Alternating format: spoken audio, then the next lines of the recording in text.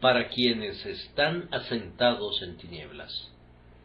Tierra de Zabulón y tierra de Neftalí, camino del mar, al otro lado del Jordán, Galilea de los gentiles, el pueblo asentado en tinieblas vio gran luz, y los asentados en región de sombra de muerte, luz les resplandeció. Mateo 4, 15, 16. Lleno de amor por el lugar en el que había crecido, nuestro Señor fue a Nazaret y predicó las inmejorables nuevas en la sinagoga. Pero, ay, al mayor de los profetas y al Señor de los profetas, no se le rindió ningún honor en su propia tierra. A lo suyo vino, y los suyos no le recibieron. Después de ser expulsado con violencia de la ciudad, el manso encaminó sus pasos en otra dirección. Sin embargo, aun cuando podía estar justamente indignado, el amor guiaba sus pasos. Debía irse, pues los nazarenos habían demostrado ser indignos, pero ¿a dónde iría? Decide ir a los marginados, a la parte más olvidada de su tierra, a esa región en la que la población estaba mezclada y era degenerada al grado de ya no ser llamada Galilea de los judíos, sino Galilea de los gentiles, región en la que por su lejanía con Jerusalén poco se sabía de la adoración del templo, en la que el error era endémico, en la que las mentes de los pobladores estaban envueltas en tinieblas y sus corazones se encontraban en la región de sombra de muerte. La pérdida de Nazaret sería la ganancia de Galilea. Como su juicio en contra de un lugar es suspendido en misericordia, hay algunos en esta casa a quienes se les ha predicado sobre Jesús con frecuencia desde su propia niñez, pero hasta este momento han rehusado obedecer el mandamiento del Evangelio. Pudiera ser que ahora les diera la espalda, pero yo oro pidiendo que no lo haga todavía. Con todo, al apartarse de ellos, tratará con otros según su misericordia. Así como la exclusión de los judíos fue la salvación de los gentiles, así la exclusión de estos seres privilegiados abrirá una puerta de misericordia y esperanza para quienes no han gozado anteriormente del privilegio. A quienes no están familiarizados con las voces del Evangelio, a quienes se consideran más indignos que el resto de la humanidad, a quienes por estar desanimados y desesperados escriben contra sí mismos amarguras, a todos ellos se les envía el Evangelio. Así como en tiempos antiguos el Señor predicó a Zabulón y Neftalí, y el pueblo asentado en tinieblas vio gran luz, de igual manera Él es proclamado entre ustedes este día. Por el texto pareciera que algunas personas están asentadas en mayor oscuridad que otras, y que, en segundo lugar, para tales personas hay una esperanza de luz, pero que, en tercer lugar, toda la luz que les vendrá está en Cristo, y en cuarto lugar, óptimas nuevas, esa luz ya ha resplandecido a su alrededor, sólo tienen que abrir sus ojos para disfrutarla. Algunas almas están asentadas en mayor oscuridad que otras. Por el texto pareciera que así sucedía en los días de Cristo, y ciertamente así sucede ahora. La soberanía divina está presente en todos los tratos de Dios. Él no distribuye el privilegio de oír el Evangelio a todos por igual, pues algunas tierras no han sido holladas todavía por los pies de un misionero, mientras que aquí el Evangelio es predicado en las esquinas de todas nuestras calles. Algunos, por las circunstancias específicas de su nacimiento y extracción, nunca han participado en la adoración de Dios, mientras que otros, incluso antes de tener la discreción de escoger, fueron llevados en brazos de sus padres al lugar donde se acostumbra a hacer oración. Dios distribuye su gracia y sus privilegios según le agrade. En el texto, esas personas que estaban ubicadas en circunstancias más deplorables que otras son descritas, primero, como asentadas en tinieblas. El pueblo asentado en tinieblas, con lo cual se quiere significar, primero, la ignorancia. Los galileos eran notorios ignorantes. Había habido pocos maestros de la ley en su medio. No conocían ni siquiera la letra de la ley. Así también hay muchas personas para quienes el Evangelio es casi desconocido, incluso en su parte teórica. Pudiera ser que en este país hayan asistido desde su juventud a los lugares de adoración, pero no han oído nunca el Evangelio, pues el Evangelio escasea en algunas sinagogas. Oirán filosofía, oirán que se proclama el ceremonialismo y el sacramentalismo, pero esta verdad bendita, cree y vivirás, es empujada hasta el fondo. Así que los hombres alcanzan la mayoría de edad, sí, e incluso llegan hasta su vejez en la cristiana Inglaterra, y, con todo, el plan de salvación por la justicia de Jesucristo pudiera ser algo desconocido para ellos. Se asientan en las tinieblas de la ignorancia. La consecuencia es que otras tinieblas se suceden, las tinieblas del error.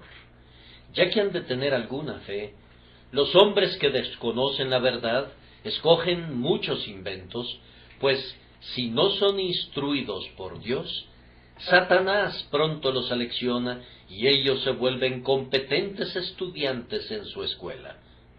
Galilea era notable por las herejías que allí abundaban. Pero qué misericordia tan grande es que Dios salve a los herejes. Aquellos que por haber recibido falsa doctrina han agregado más tinieblas a sus tinieblas, pueden ser conducidos aún a la gloriosa luz de la verdad.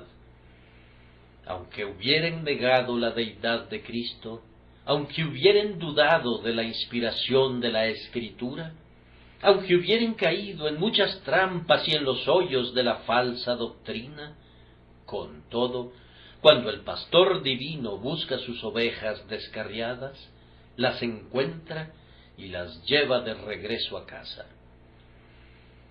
Por estar asentadas en las tinieblas de la ignorancia y del error, esas personas estaban envueltas en las tinieblas del malestar y de la aflicción.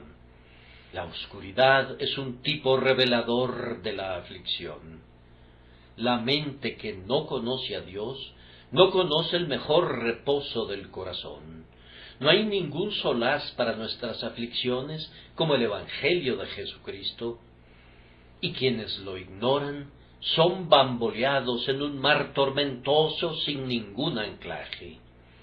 Gloria sea dada a Dios, porque cuando la aflicción trae una medianoche, la gracia puede transformarla en mediodía. Estas tinieblas de aflicción iban sin duda acompañadas de mucho miedo. Nosotros no amamos las tinieblas porque no podemos ver lo que está frente a nosotros, y por tanto unos peligros imaginarios nos alarman, y de igual manera, quienes ignoran la luz de Cristo son con frecuencia víctimas de un pánico supersticioso, sí, y surgirán también miedos verdaderos y bien fundados, pues sentirán terror de la muerte y del tribunal de Dios y de la sentencia de la justicia. Créanme que no hay tinieblas tan negras como el horror que aprisiona a muchas conciencias despiertas, cuando ven su inminente ruina, pero no pueden encontrar un Salvador, cuando sienten su pecado, pero no pueden ver la manera en que puede ser expiado. Entonces, ya hemos considerado una porción de esta triste condición.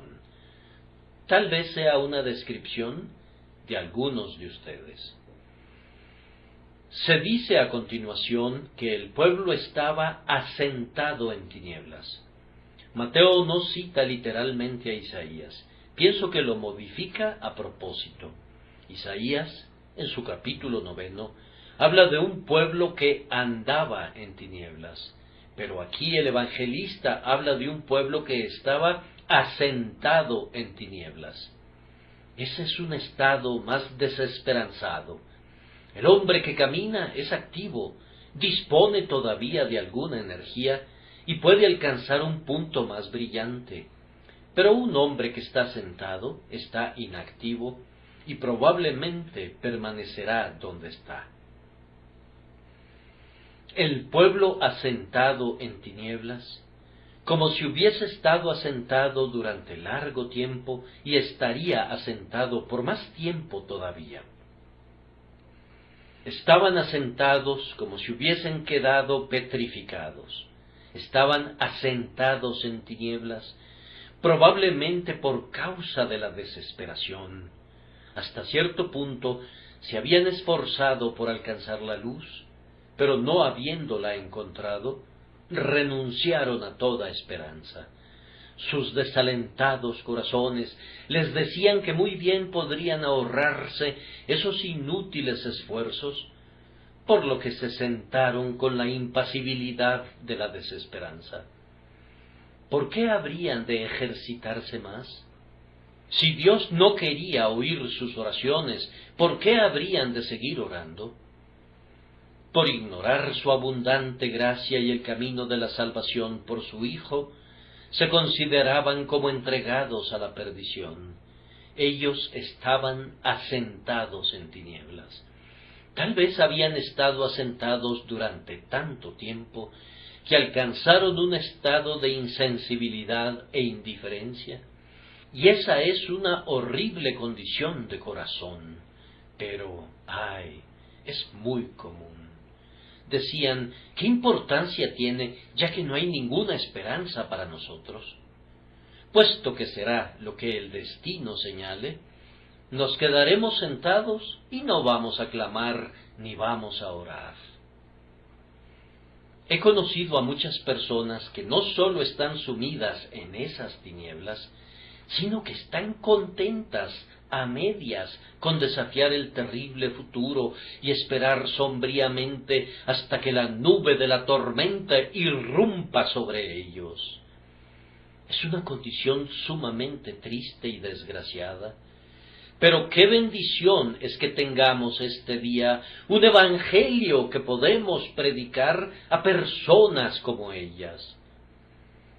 Nuestra descripción no es completa, pues el texto procede a hablar de esas personas como asentadas en región de sombra de muerte, es decir, que vivían en un territorio que parecía ser gobernado por la muerte y ser el coto de caza y la residencia natural de la muerte. Muchos seres en este momento y en esta ciudad están viviendo verdaderamente en los dominios de la muerte espiritual. La muerte les rodea por todas partes. Si han entrado en esta casa esta mañana, la suya es una excepción a su posición general. Regresarán a casa, a un hogar que quebranta el día de guardar. Habitualmente oyen juramentos, un lenguaje profano y canciones lascivas, y así respiran el hedor del osario. Si llegaran a albergar un pensamiento bueno, sería ridiculizado por quienes los rodean. Moran como si fuese entre tumbas, con seres cuyas bocas son sepulcros abiertos que vierten todo tipo de cosas nocivas. ¡Qué condición tan triste! Estando ahora un poco despiertas, tal vez a esas pobres almas les parezca que todo alrededor suyo profetiza la muerte, Tienen miedo de dar un paso por el riesgo de que la tierra abra una puerta que conduzca al pozo del abismo. Cuando estaba bajo convicción, recuerdo muy bien cómo todo el mundo parecía estar coludido en mi contra, incluyendo las bestias del campo y las piedras que se encontraban allí. Me preguntaba entonces si los cielos podrían refrenarse de caer sobre mí, o si la tierra podría reprimirse de abrir su boca para tragarme. Yo estaba bajo la sentencia de la ira divina y sentía como si estuviese en la celda de un condenado y como si toda la creación no fuera sino las paredes de mi calabozo, asentados en región de muerte. Pero si agrega que estaban asentados en región de sombra de muerte, esto es, bajo su fría, venenosa y depresiva sombra, como si la muerte sombría pendiera sobre ellos en todo lo que hacían, y su sombra impidiera el paso de la luz del cielo. Están asentados allí esta mañana. Se están diciendo: prediques como prediques, amigo, nunca podrás consolarme. Podrías hablarme del amor y de la misericordia, pero nunca seré consolado por eso. Estoy congelado hasta mi propia médula, como si la helada de la muerte me hubiese herido. Soy incapaz de esperar ahora, o de orar siquiera, pues hasta mis deseos están muertos. Mi alma es como un gélido cadáver. Y está implícito que para ellos la muerte misma está muy cercana, pues quienes se encuentran bajo la sombra de algo están cercanos a la cosa misma, y el pecador, atónito y azorado ante la culpa de su pecado, está seguro sólo de una cosa, que está en peligro inminente de ser arrojado en el infierno. He conocido a algunas personas que tienen miedo de cerrar sus ojos en la noche por el peligro de tener que abrirlos en los tormentos. Otros han tenido miedo de irse a la cama por el peligro de que su lecho se convierta en su féretro. No han sabido qué hacer en razón de su depresión de espíritu. El lenguaje de Job ha sido el suyo. Está mi alma hastiada de mi vida. Para mí es claro que la descripción del texto retrata con mucha precisión a muchos de los hijos de los hombres. Yo le pido a Dios que ni una sola de ustedes, pobres almas en tinieblas, sea tan insensata como para tratar de excluirse de ello, aunque la perversidad del desaliento es tal que temo grandemente que pudieran hacerlo. Por pequeñas que hagamos las redes del Evangelio, hay ciertos pececillos que encontrarán la manera de escapar de sus benditos esfuerzos. Aunque procuramos identificar al personaje, lo perdemos debido a la singular destreza de la desesperación.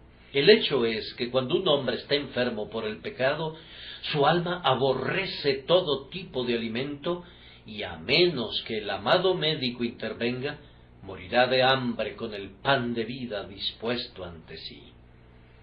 Queridos amigos, que el Señor los visite con su salud salvadora y que les dé a los más tristes de ustedes gozo y paz en la fe. Habiendo proporcionado la descripción de los que están en tinieblas, pasemos ahora al segundo punto. Hay esperanza y luz para quienes están en una peor condición que otros. El Evangelio llegó a la tierra sumida en sombras de Zabulón y Neftalí, y el Evangelio ha venido por siempre como una luz alentadora y rectora para las almas envueltas en tinieblas. Y hay buenas razones por las que deba ser así. Pues, primero, el Evangelio ha cosechado un fruto muy rico entre tales personas. Cristo ha obtenido grandes trofeos en medio de las naciones bárbaras. La pobre etnia Karen es una maravilla de la gracia. Los caníbales de las islas de los mares del sur son unos milagros de la misericordia, y entre los etíopes, que antes fueron esclavos, hay corazones cálidos y amorosos que se regocijan en el nombre de Jesús. Me aventuraré a decir que en esta ciudad no hay iglesias que proyecten más honor al nombre del Señor que aquellas que han surgido en los distritos más necesitados. ¡Qué maravillas ha obrado Dios por medio de esa bendita iglesia de Golden Lane, a cargo de nuestro amado hermano Orsman!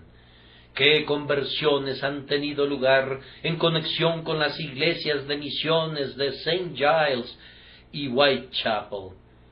Son iglesias conformadas por los más pobres de los pobres y los más humildes de los humildes. Dios es glorificado cuando el ladrón y la ramera son lavados y limpiados y son hechos obedientes a la ley de Cristo. Cuando aquellos que son sanados están junto al pastor, incluso las lenguas obscenas se quedan mudas o son conducidas a exclamar: «¡Lo que Dios ha hecho!». Lo mismo es cierto respecto a personas que están deprimidas mentalmente, que están desesperadas de ellas mismas. Muchas de ellas han sido convertidas. Algunos de nosotros fuimos abatidos grandemente antes que encontráramos al Salvador. Más bajo no podríamos haber llegado. Fuimos vaciados como un plato al que un hombre limpia y coloca boca abajo. No nos quedaba ni una sola gota de esperanza, pero hoy nos regocijamos en Cristo y les decimos a las almas desesperadas que somos testigos personales de que Cristo ha salvado a la gente de su calaña, que en nuestro caso Él ha hecho brillar la luz sobre los que estaban asentados en tinieblas, y como prisioneros de la esperanza nos sacó fuera de la fría sombra de la muerte y nos ha llevado a la plena luz de la vida. Y por tanto Él puede hacer lo mismo con ustedes. Tengan buen ánimo, pues hay esperanza para ustedes. Es una consolación adicional para unos corazones tristes que muchas de las promesas sean dadas a tales personajes, incluso a quienes están más sumidos en las peores tinieblas. Cuán preciosa es esta palabra: venid a mí todos los que estáis trabajados y cargados, y yo os haré descansar. ¿No está eso dirigido a ustedes que son pecadores, que están trabajados y cargados? ¿Qué dicen ustedes a esta clemente palabra? Los afligidos y menesterosos buscan las aguas, y no las hay. Seca está de sed su lengua. Yo Jehová los oiré, yo el Dios de Israel no los desampararé.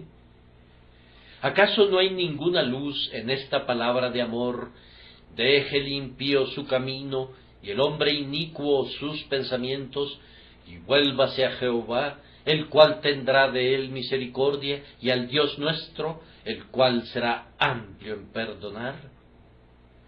¿Acaso no es melodioso este pasaje? ¿Qué Dios como tú, que perdona la maldad y olvida el pecado del remanente de su heredad? No retuvo para siempre su enojo, porque se deleita en misericordia. Él volverá a tener misericordia de nosotros, sepultará nuestras iniquidades y echará en lo profundo del mar todos nuestros pecados. Recuerdo cuando mi alma se detuvo durante semanas en esta breve palabra: todo aquel que invocare el nombre del Señor será salvo. Yo sabía que había invocado verdaderamente su nombre y por tanto esperaba ver su salvación. Muchos se han nacido de esta palabra fiel y han confiado en ella. Al que a mí viene, no le echo fuera. Él recibe a cualquier persona, él o ella, en todo el mundo que venga, por muy contaminados que estén él o ella. También esta es una rica palabra. Él puede también salvar perpetuamente a los que por Él se acercan a Dios, viviendo siempre para interceder por ellos. ¿Qué palabra fue la de nuestro Maestro cuando mandó a sus discípulos que predicaran el Evangelio a toda criatura, comenzando en Jerusalén? Habían de comenzar sus labores entre sus asesinos, entre fariseos hipócritas y altivos herodianos. Habían de comenzar donde el demonio reinaba de manera suprema y debían presentar a Cristo a los peores pecadores primero. Vean ustedes entonces que los grandes pecadores, lejos de ser excluidos, son justamente los primeros para quienes las buenas nuevas han de ser publicadas. Tengan buen ánimo, entonces, ustedes que están asentados en tinieblas, pues hay promesas especiales para ustedes. Además, recuerden que la conversión de los más desesperados y de los que están más sumidos en tinieblas aporta el más sublime grado de gloria a Dios. Cuando su gloria pasa por alto grandes pecados, eso es misericordia en verdad. Donde es grandemente desplegada, es grandemente enaltecida. Muchos son salvados por Cristo, en quienes el cambio no es muy aparente, y por consiguiente, el buen médico sólo recibe un poco de fama debido a ello. Pero, oh, si Él tiene misericordia de aquel ser doliente que está por allá, que ha estado sumido en la desesperación estos últimos 10 años, si dice, mujer, eres libre de tu enfermedad, eso resonaría en el distrito entero.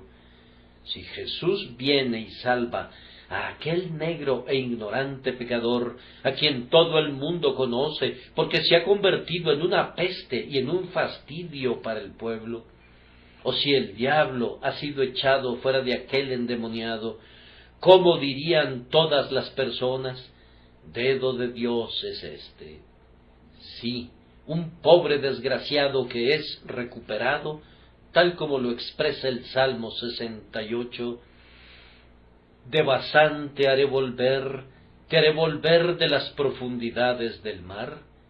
Es un espléndido trofeo para el poder vencedor de la gracia todopoderosa. El grandioso propósito de Dios es glorificar su grande nombre, y como esto se cumple mejor cuando su misericordia libera los peores casos, hay ciertamente esperanza para quienes moran en tinieblas, aprisionados en la aflicción y en los hierros. Además, cuando contemplan alegremente la luz, tales personas se convierten frecuentemente en individuos eminentemente útiles para otros. Su experiencia les ayuda para consolar a los demás y están ávidos de hacerlo por gratitud. Oh, dulce luz, cuán preciosa eres tú para los ojos ciegos cuando están recién abiertos. Tú no sabes cuán terrible es estar ciego. Da gracias a Dios por desconocerlo. Sin embargo, hay algunas personas aquí que han experimentado dolorosamente la constante oscuridad. Es una privación aflictiva, pero cuando sean abiertos sus ojos, como lo serán en otro estado, y cuando vean el mejor de los espectáculos al Rey en su hermosura, cuán dulce será para ellos la luz. Noches y días de total ceguera son su porción aquí abajo. Rayos de amor provenientes de ojos amables nunca llegan a conocer aquí en la tierra, pero en lo alto contemplarán ángeles afinando arpas de oro y el embeleso para la vista recién nacida, Jesús en celestial luz. Entonces, cuando el ojo espiritual ha estado débil por largo tiempo, y hemos lamentado y llorado por el pecado, pero sin poder contemplar al Salvador, la luz es dulce e inefable. Y por ser tan dulce, hay en el interior del alma iluminada una necesidad de contar las gozosas nuevas a los demás. Cuando un hombre ha sentido profundamente el mal del pecado y ha obtenido por fin misericordia, exclama con David: entonces enseñaré a los transgresores tus caminos, y los pecadores se convertirán a ti. Cuando John Bunyan encontró al Salvador, sintió el impulso de contárselo a los cuervos en los campos arados, y vivió para hacer algo mejor que contárselo a los cuervos, pues día a día, de generación en generación, sus obras proclaman al amigo de los pecadores que los conduce de la ciudad de la destrucción a la gloria celestial. Quienes moraron una vez en densas tinieblas, usualmente se vuelven después santos celosos. Ven lo que la gracia ha hecho por ellos, y por esa precisa razón sienten un apego por su amado Señor y Maestro que no habrían podido sentir si no hubieran estado asentados alguna vez en el valle de la sombra de muerte. Entonces, pobres seres atribulados, por estas razones y por 50 razones más que pudiera presentarles si contara con el tiempo suficiente, hay esperanza para ustedes. Pero ahora viene la mejor parte de nuestro discurso bajo el tercer encabezado. En Cristo está toda la verdadera luz para un alma en tinieblas. Escuchen el texto. El pueblo asentado en tinieblas vio gran luz. Ahora bien, Cristo no solo es luz, sino gran luz.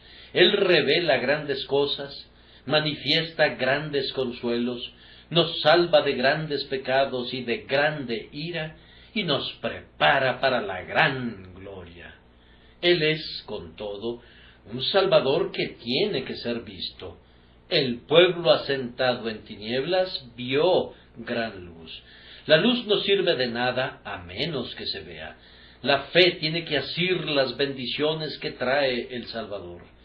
Mirad a mí y sed salvos todos los términos de la tierra. Tenemos que ver al Salvador con una mirada de fe, y entonces tendremos luz. Consideremos cuán claramente el propio Cristo Jesús es la luz de todo ojo creyente que libra al alma más turbada de su miseria. En Él está la luz, y la luz es la luz de los hombres. Jesús personalmente es la aurora del día y la mañana sin nubes. Primero, en el nombre de Cristo hay luz para un pecador atribulado. ¿Cuál es? Jesús. Jesús, un Salvador.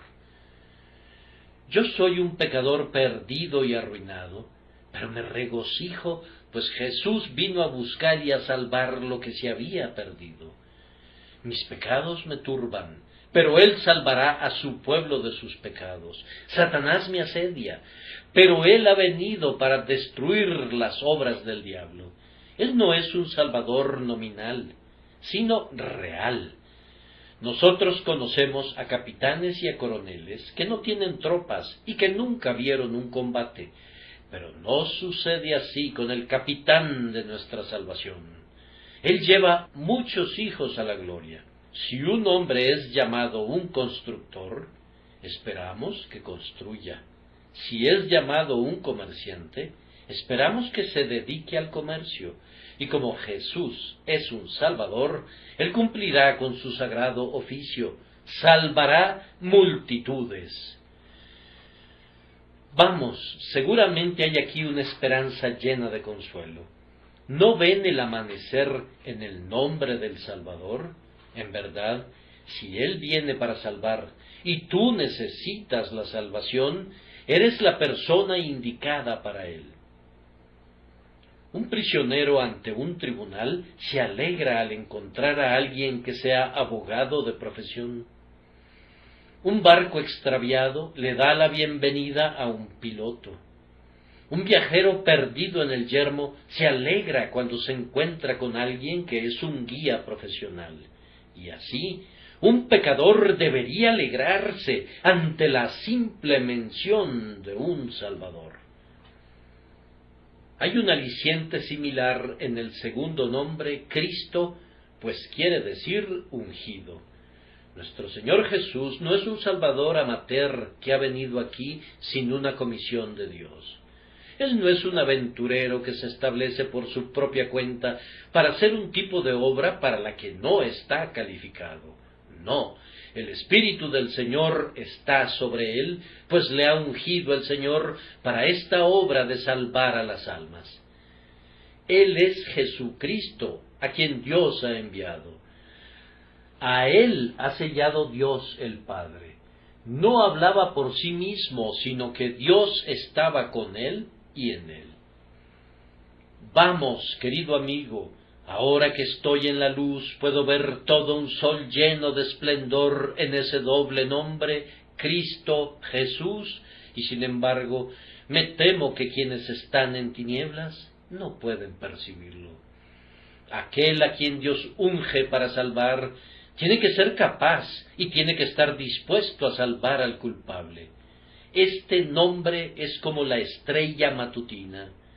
Mírenlo y sepan que el día está cercano. Contiene tal gozo que la miseria misma debería saltar con santo júbilo al sonido del nombre.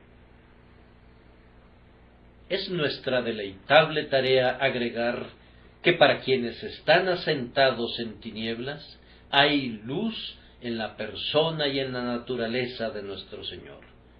Fíjense muy bien quién es este Jesucristo.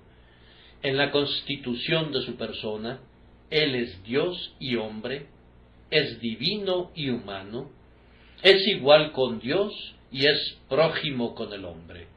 ¿No ven el amor de Dios en el hecho de que estuvo dispuesto a tomar a la humanidad en unión consigo mismo? Si Dios se hace hombre, entonces no odia a los hombres, sino que siente amor por ellos.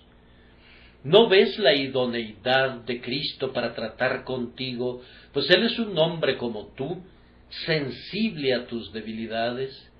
Nacido de mujer, fue estrechado en el pecho de una madre, sufrió hambre y sed y cansancio, y estando muerto y sepultado en el sepulcro, fue partícipe de nuestra condenación, así como de nuestra aflicción. Jesús de Nazaret fue verdaderamente un hombre. Él es hueso de tus huesos y carne de tu carne. Oh pecador, mira el rostro del varón de dolores y tendrás que confiar en él. Puesto que Él es también Dios, compruebas en ese hecho su poder para completar la obra de salvación. Él te toca con la mano de su humanidad, pero toca al Todopoderoso con la mano de su deidad. Él es hombre y siente tus necesidades. Él es Dios y es capaz de suplirlas. ¿Es algo demasiado tierno para su corazón de amor? ¿Es algo demasiado difícil para su mano poderosa? Cuando el propio Señor que hizo los cielos y cavó los fundamentos de la tierra viene para ser tu Salvador, cualquier dificultad para que seas salvado desaparece. La omnipotencia no conoce ninguna dificultad y, oh pecador, para un omnipotente Salvador no es difícil salvarte ni siquiera a ti. Una mirada de fe te proporcionará un perfecto perdón. Un roce del borde del manto del Redentor te sanará de inmediato. Ven, entonces, y confía en el Dios encarnado, arrójate en sus brazos de inmediato. Además, hay luz en sus oficios y ciertamente un resplandor de gloria que el menor pensamiento percibe pronto. ¿Cuáles son sus oficios? No puedo detenerme para mencionar ni la 10ª parte de ellos, pero uno de sus oficios es el de mediador. Tu alma anhela hablar con Dios y encontrar aceptación en Él. pero tienes miedo de aventurarte en su terrible presencia. No me sorprende tu miedo, porque Jehová tu Dios es fuego consumidor. Pero ten buen ánimo, pues la vía de acceso está abierta, y hay alguien que irá ante el Rey contigo, y que abrirá su boca en favor tuyo. Jesús se ha interpuesto y ha llenado la gran sima que se abría entre el pecador y su justo juez. Su sangre ha regado el camino de grana, su cruz ha tendido un puente sobre cada torrente, su persona es la calzada para aquellos que quieren acercarse a Dios. Ahora, como Cristo Jesús es el mediador entre Dios y el hombre, y tú necesitas un mediador, tómalo y tendrás luz de inmediato. Tú también deseas en este día un sacrificio para expiar tus iniquidades. Lo encontrarás también en Cristo. Dios tiene que castigar el pecado y cada transgresión debe recibir su justa recompensa. Pero, he aquí, Cristo ha venido y como chivo expiatorio ha llevado lejos el pecado, como ofrenda por el pecado, Él ha quitado la transgresión. ¿Acaso no son buenas nuevas? Pero oigo que dices que tus pecados son muchos y demasiado grandes. Entonces, ¿piensas neciamente que Cristo carga con el pecado de los inocentes? Eso sería ridículo. ¿Supones que Cristo cargó con pecados pequeños solamente? Eso sería convertirlo en un Salvador pequeño. Guárdate de eso. No, cuando Él colgó del madero, cargó con pecados del tamaño de montañas, con pecados que desafían al cielo, y Él presentó por esos pecados una expiación eficaz. ¿Acaso no hay luz en todo esto? Además, y sólo para mencionar otro oficio, nuestro Señor es un intercesor. Tal vez una de tus mayores dificultades sea que no puedes orar. Tú dices, no puedo juntar de manera coherente una docena de palabras. Si gimo, me temo que no siento en mi corazón lo que debería sentir. Bien, hay alguien que puede orar por ti si no puedes hacerlo por ti mismo. Confíale tu causa para que interceda por ella y no dudes de que tenga éxito. Conforme veas cada oficio de Cristo, que Dios te conceda gracia para que percibas que tiene un lado resplandeciente para los pecadores.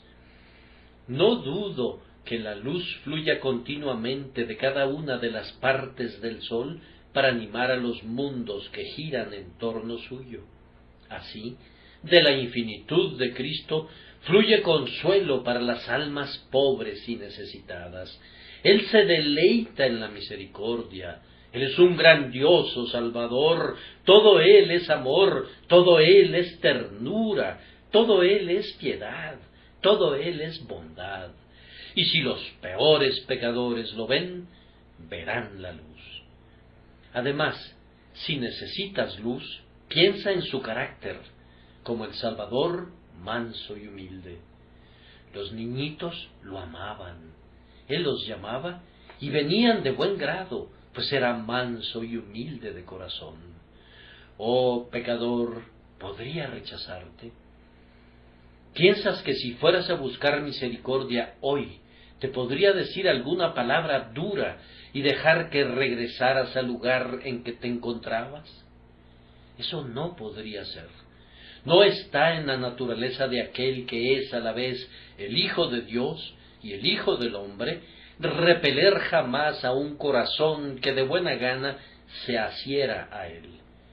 Mientras no actúe duramente una vez con algún pecador que se acerque, no tienes ningún derecho a imaginar que te rechazará si vienes a él. Piensa por un minuto en su vida. Se nos dice que era apartado de los pecadores, y con todo, se dice de él en otra parte, a los pecadores recibe y con ellos come. Amigo de los pecadores era su nombre, y lo es todavía. Piensen en aquella vida de abnegación que transcurría entre los enfermos y los pecadores para su bien. Y luego piensen en su muerte, pues allí está enfocada la luz de la gracia. La cruz, como un espejo ustorio, concentra la luz y el calor del amor de Cristo en el pecador. Véanlo agonizando en el huerto por pecados que no eran los suyos. Véanlo azotado con terribles flagelaciones por transgresiones en las que no tuvo participación. Contémplenlo desangrándose y muriendo sobre el madero por sus enemigos. Véanlo sufrir por iniquidades en las que jamás participó, pues en él no hubo pecado. Si Cristo murió en el lugar del culpable, tiene que ser verdad que Dios puede salvarme. Este argumento eliminó mi incredulidad. No puedo dejar de creer cuando veo al Dios encarnado sufriendo por el culpable, el justo por los injustos, para llevarlos a Dios.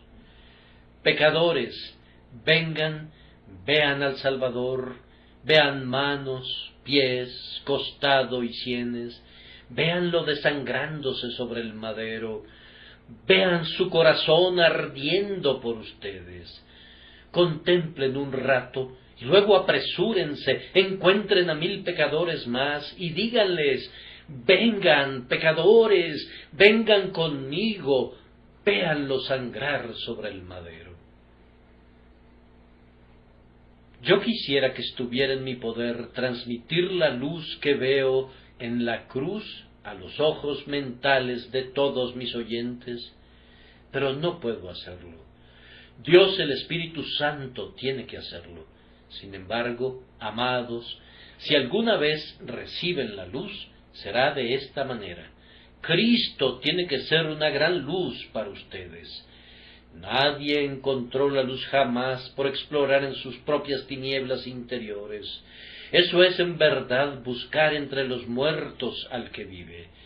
Pueden escarbar el tiempo que quieran entre los tizones de su depravación antes de encontrar allí una chispa de bien. Tienen que mirar lejos del yo, lejos de sus propias resoluciones, lejos de sus propias oraciones, lejos de sus arrepentimientos y de su fe. Tienen que mirar a Cristo en la cruz. Toda su esperanza y su ayuda están puestas sobre los hombros de Emmanuel. Ustedes no son nada. Ni un trapo, ni un hilo de su propia justicia servirían de algo. El traje de justicia de Cristo ha de cubrirlos de la cabeza a los pies. Apaguen sus despreciables velas, apaguen las chispas que han encendido vanamente, pues he aquí el sol ha salido. Levántate, resplandece, porque ha venido tu luz, y la gloria de Jehová ha nacido sobre ti. Ustedes no necesitan ninguna otra luz que la de Jesús. No sueñen con ninguna otra, renuncien a la esperanza en ustedes mismos, tengan una completa desesperanza respecto a cualquier cosa que pudieran hacer, y ahora, ya sea que se hundan o naden, arrójense al mar del amor de Cristo, confíen en Él y no perecerán jamás, ni nadie los arrebatará de su mano. Tiren al suelo sus propias obras a los pies de Jesús, permanezcan en Él y únicamente en Él, gloriosamente completos. Pero por último, quisiéramos decirle a toda pobre alma sumida en las tinieblas, que no necesita permanecer en las tinieblas, pues la luz está por todas partes alrededor suyo, ya ha resplandecido. Qué grande misericordia es, mi querido oyente desesperado, que tú todavía no estés en el infierno. Habrías podido estar allí. Muchos que no eran peores que tú están allí, y sin embargo, tú estás aquí en la tierra de la esperanza. Dios no trata contigo este día conforme a la ley, sino según los dictados del Evangelio. No has venido al Sinaí esta mañana, no hay ante ti ningún monte ardiendo, ni salen de ahí retumbos de truenos. Tú has venido al monte Sión, donde el mediador del nuevo pacto proclama paz y perdón. No he recibido ninguna comisión de maldecirte, sino que tengo una clara autoridad de mi Señor para invitarte a que vengas y recibas su bendición. Has venido a la sangre rociada en la cima de Sión, pero pudiste haber sido llamado a ver la sangre de tu propia ejecución. No hay diablos a tu alrededor, sino un innumerable batallón de ángeles que te desean lo mejor. Mirad que no desechéis al que habla. Recuerden, queridos oyentes, que el mandamiento del Evangelio es enviado hoy a todos ustedes, a ustedes los que están más desesperados, a ustedes se les ordena que crean en el Señor Jesucristo. Demuéstrame eso, dices tú. Te lo demostraré así. Él les ordenó a sus discípulos que fueran por todo el mundo y que predicaran el Evangelio a toda criatura. Tú eres una criatura, por tanto, nosotros te predicamos el Evangelio. ¿Y qué era el Evangelio? Pues bien, era sencillamente esto: el que creyere y fuere bautizado será salvo, mas el que no creyere será condenado. Ese Evangelio, entonces, llega a ustedes. Dios manda a todos los hombres, en todo lugar, que se arrepientan. Oh, qué misericordia es que la luz del Evangelio brilla en torno tuyo todavía. ¿Acaso le cerrarás tus ojos? Yo te suplico encarecidamente que no hagas eso malvadamente. Además, todas las provisiones del Evangelio, que están llenas de luz y de amor, están a tu alrededor en este instante. Si creyeres ahora en Cristo Jesús, cada pecado que hubieres cometido te será perdonado por causa de su nombre. Tú serás para Dios como si nunca hubieses pecado. La sangre preciosa te dejará tan blanco como la nieve. Pero eso no bastaría, dirá alguien, pues Dios exige justamente obediencia a su santa ley, y yo no he guardado sus mandamientos, y por lo tanto soy pesado en la balanza y soy hallado falto. Tú tendrías una justicia perfecta en un instante si creyeras en Jesús, como también David habla de la bienaventuranza del hombre a quien Dios atribuye justicia sin obras. Dichoso el hombre para quien Jesucristo es hecho sabiduría y justicia, y Él es hecho eso para todo aquel que cree. Ahora pues, ninguna condenación hay para los que están en Cristo Jesús. Ah, dices tú, pero yo tengo un corazón malo y una naturaleza perversa. Si creyeras, tu naturaleza sería cambiada. Os daré corazón nuevo y pondré espíritu nuevo dentro de vosotros. Y andarán en mis preceptos y mis estatutos guardarán y los pondrán por obra. Él puede cambiarte de tal manera que difícilmente te reconocerías. Serás una nueva criatura en Cristo Jesús. Las cosas viejas pasarán, he aquí, todas serán hechas nuevas. Él quitará el corazón de piedra y te dará un corazón de carne. Ay, dices tú, ni siquiera eso bastaría, pues nunca me mantendría en los caminos de justicia, sino que regresaría a la perdición. Oh tú, ser trémulo, oye estas clementes palabras, pondré mi temor en el corazón de ellos, para que no se aparten de mí.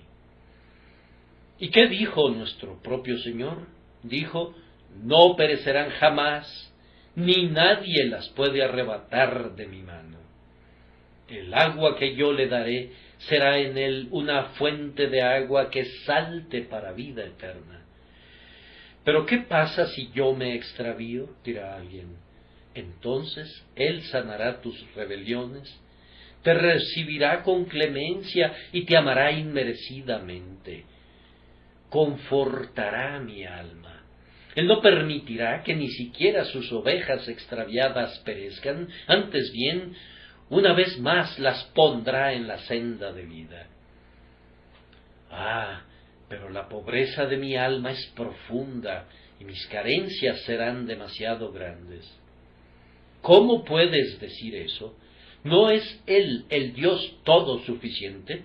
¿Se ha acortado el brazo del Señor? ¿Acaso no proveyó una mesa en el desierto? ¿No está escrito, mi Dios, pues, suplirá todo lo que os falta? Él hará que toda gracia abunde para ustedes. No temas, gusano Jacob, yo soy tu socorro. Ah, dirá alguien, pero yo seguramente tendré miedo de morir, pues aún ahora tengo miedo. El que cree en mí, aunque esté muerto, vivirá. Cuando pases por las aguas, yo estaré contigo. Sorbida es la muerte en victoria. Habiendo amado a los suyos que están en el mundo, los amará hasta el fin. Tú tendrás tal fe sobre los momentos de agonía que dirás, ¿dónde está, oh muerte, tu aguijón? ¿Dónde, oh sepulcro, tu victoria? Pero tú no te refieres a mí, dirá alguien. Me refiero a ti, que estás asentado en tinieblas, a ti, que eres ignorante, a ti, que estás deprimido, a ti, que no tienes nada bueno que sea propio.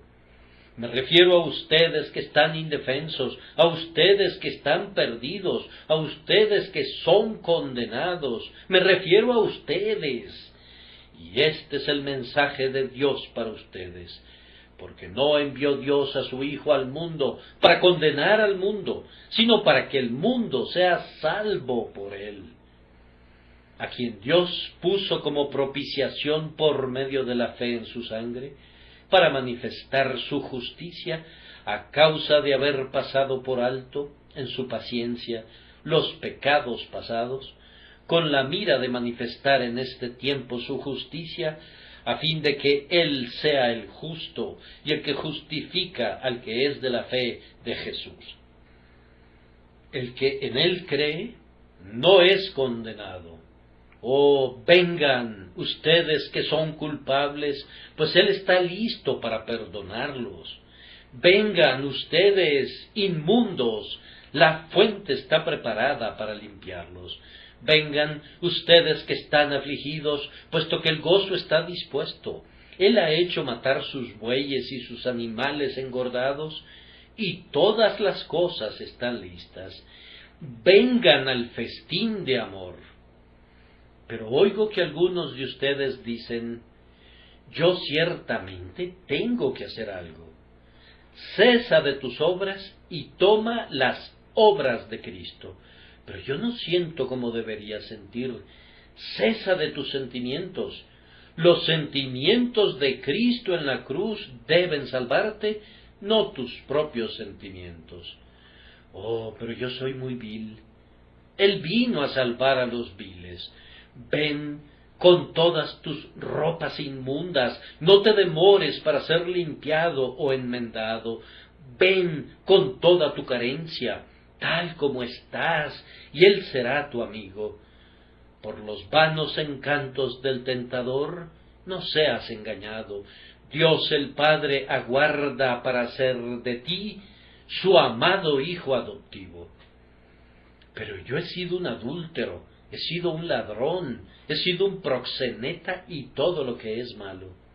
Aunque así sea, con todo, esta es palabra fiel y digna de ser recibida por todos, que Cristo Jesús vino al mundo para salvar a los pecadores.